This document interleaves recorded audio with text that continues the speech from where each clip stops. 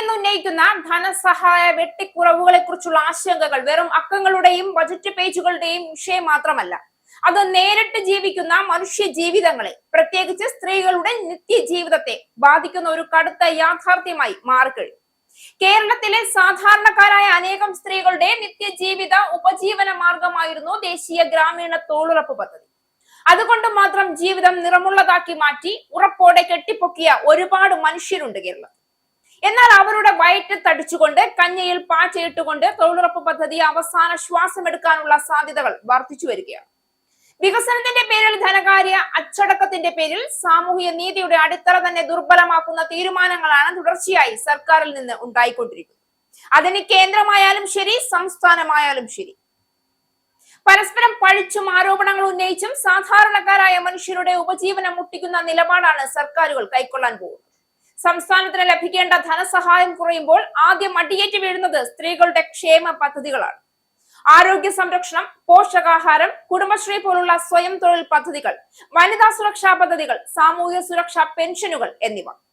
ഇവയെല്ലാം സ്ത്രീകളുടെ ആത്മാഭിമാനവും സ്വതന്ത്ര ജീവിതവും നിലനിർത്തുന്ന തൂണുകളാണ്.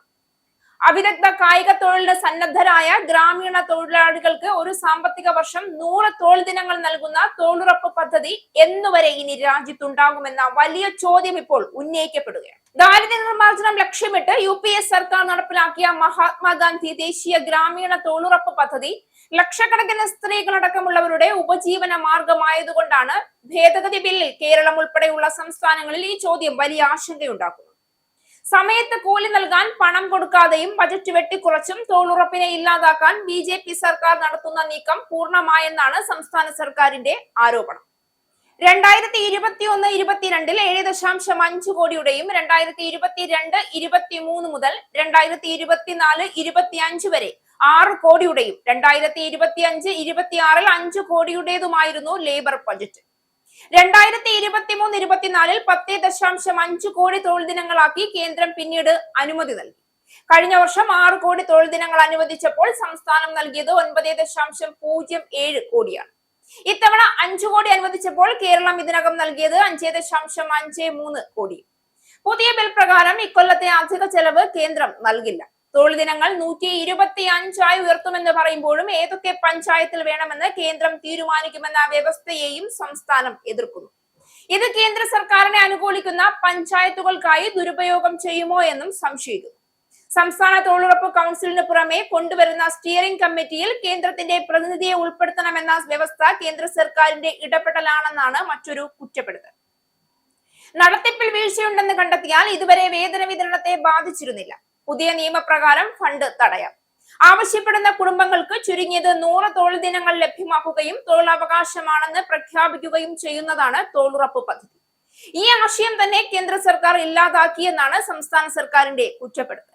തൊഴിലാളികളുടെ തൊഴിൽ ആവശ്യം എത്രയാണോ അതനുസരിച്ച് നൽകാൻ സംസ്ഥാനങ്ങൾക്ക് ഇതുവരെ കഴിഞ്ഞിരുന്നു. എന്നാൽ പുതിയ നിയമപ്രകാരം സംസ്ഥാനത്തിനുള്ള സാമ്പത്തിക വർഷത്തെ വിഹിതം വിവിധ ഘടകങ്ങളുടെ അടിസ്ഥാനത്തിൽ കേന്ദ്ര സർക്കാർ നിശ്ചയിക്കും. ഇതിന് പുറത്തു വരുന്ന ചെലവ് സംസ്ഥാനം വഹിക്കണം. ഇനി അങ്ങോട്ട് അധിക തൊഴിൽ ദിനങ്ങളുടെ ബാധ്യത പൂർണ്ണമായും സംസ്ഥാനത്തിനാകുമെന്ന് ചുരുക്കം. ഇനി അധികം തൊഴിൽ ദിനങ്ങൾ നൽകാനാവില്ല. വർഷം 4000 കോടിയാണ് സംസ്ഥാനത്ത് ഇതിനായി ചെലവ് വരുന്നത്. പുതിയ വ്യവസ്ഥയിൽ എല്ലാ ചെലവിന്റെയും 40% സംസ്ഥാനം വഹിക്കേണ്ടി വരിക.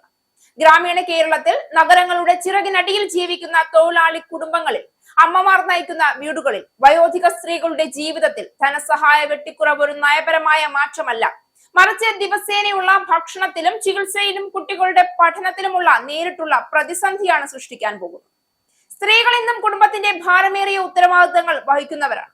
അവർക്കായി രൂപപ്പെടുത്തിയ പദ്ധതികൾ കുറയുമ്പോൾ അവരെ വീണ്ടും ആശ്രിതത്വത്തിലേക്കും അനിശ്ചിതത്വത്തിലേക്കും തള്ളിവിടുകയാണ് ചെയ്യുന്നത്. വികസനം എന്ന വാക്ക് ഉച്ചരിക്കുമ്പോൾ സ്ത്രീകളുടെ തൊഴിലും സുരക്ഷയും ആരോഗ്യവും അവഗണിക്കപ്പെടുന്നുവെങ്കിൽ ആ വികസനം ആർക്കു വേണ്ടിയാണ് എന്ന് ചോദിക്കേണ്ടി വരും. ധനസഹായ വെട്ടിക്കുറവുകളുടെ ആഘാതം കണക്കുകളിലൂടെ അളക്കാൻ കഴിയില്ല. അത് സ്ത്രീകളുടെ കണ്ണുനീരിലും അധ്വാനത്തിലും തളർച്ചയിലുമാണ് പ്രതിഫലിക്കുന്നത്. സ്ത്രീകളെ ശാക്തീകരിക്കാതെ ഒരു സമൂഹത്തിന് മുന്നേറാനാവില്ല എന്ന സത്യമാണ് കേരളത്തിന്റെ സാമൂഹ്യ അനുഭവം നമ്മെ പഠിപ്പിച്ചത്. എന്നാൽ ഇന്ന് അതേ സ്ത്രീകളുടെ കൈപിടിച്ചുയർത്തിയ പദ്ധതികൾ തന്നെ ദുർബലമാകുമ്പോൾ സമൂഹത്തിന്റെ നൈതിക ഉത്തരവാദിത്വം ചോദ്യം ചെയ്യപ്പെടുകയാണ്. സ്ത്രീകളുടെ സുരക്ഷ, ആരോഗ്യ, വിദ്യാഭ്യാസ, ഉപജീവന പദ്ധതികൾ വെട്ടിക്കുറയ്ക്കപ്പെടുമ്പോൾ അത് തലമുറകളുടെ ഭാവിയെ തന്നെ ബാധിക്കുന്ന ഒരു സാമൂഹിക പിന്നോട്ട് പോകലായി മാറും. സ്ത്രീകൾക്ക് നൽകുന്ന ഓരോ രൂപയും ചെലവല്ല, മറിച്ച് സമൂഹത്തിന്റെ ഭാവിയിലേക്കുള്ള നിക്ഷേപമാണ്. അവരുടെ തൊഴിൽ, അവരുടെ സ്വയം തൊഴിൽ ശ്രമങ്ങൾ, അവരുടെ കുടുംബങ്ങളെ നിലനിർത്തുന്ന അദൃശ്യ അധ്വാനം, ഇതെല്ലാം വിലമതിക്കപ്പെടാതെ പോകുന്ന ഒരു വ്യവസ്ഥ ദീർഘകാലം നിലനിൽക്കില്ല. യാഥാർത്ഥ്യങ്ങളെ അംഗീകരിക്കാതെ നയങ്ങൾ രൂപപ്പെടുത്തുന്നുവെങ്കിൽ അതിന്റെ വില നൽകേണ്ടി വരുന്നത് സ്ത്രീകളായിരിക്കും. അതിനാൽ ധനസഹായ വെട്ടിക്കുറവുകൾ പുനഃപരിശോധിക്കുകയും സ്ത്രീ കേന്ദ്രീകൃത പദ്ധതികളെ ശക്തിപ്പെടുത്തുകയും ചെയ്യുന്നത് ഒരു രാഷ്ട്രീയ ആവശ്യമല്ല, അത് സാമൂഹ്യ നീതിയുടെയും മാനവികതയുടെയും നിർബന്ധമാണ്. ഇസ്രായേലിന്റെ 5 സൈനിക താവളങ്ങളിൽ കനത്ത നാശനഷ്ടം. മോദി വെളിപ്പെടുത്തുന്ന ഇന്ത്യയുടെ വികസനത്തിന്റെ മയക്കുമരുന്ന് വിൽപ്പനയ്ക്കെതിരെ ശക്തമായ നടപടിയെടുത്ത് ഷാർജ പോലീസ്.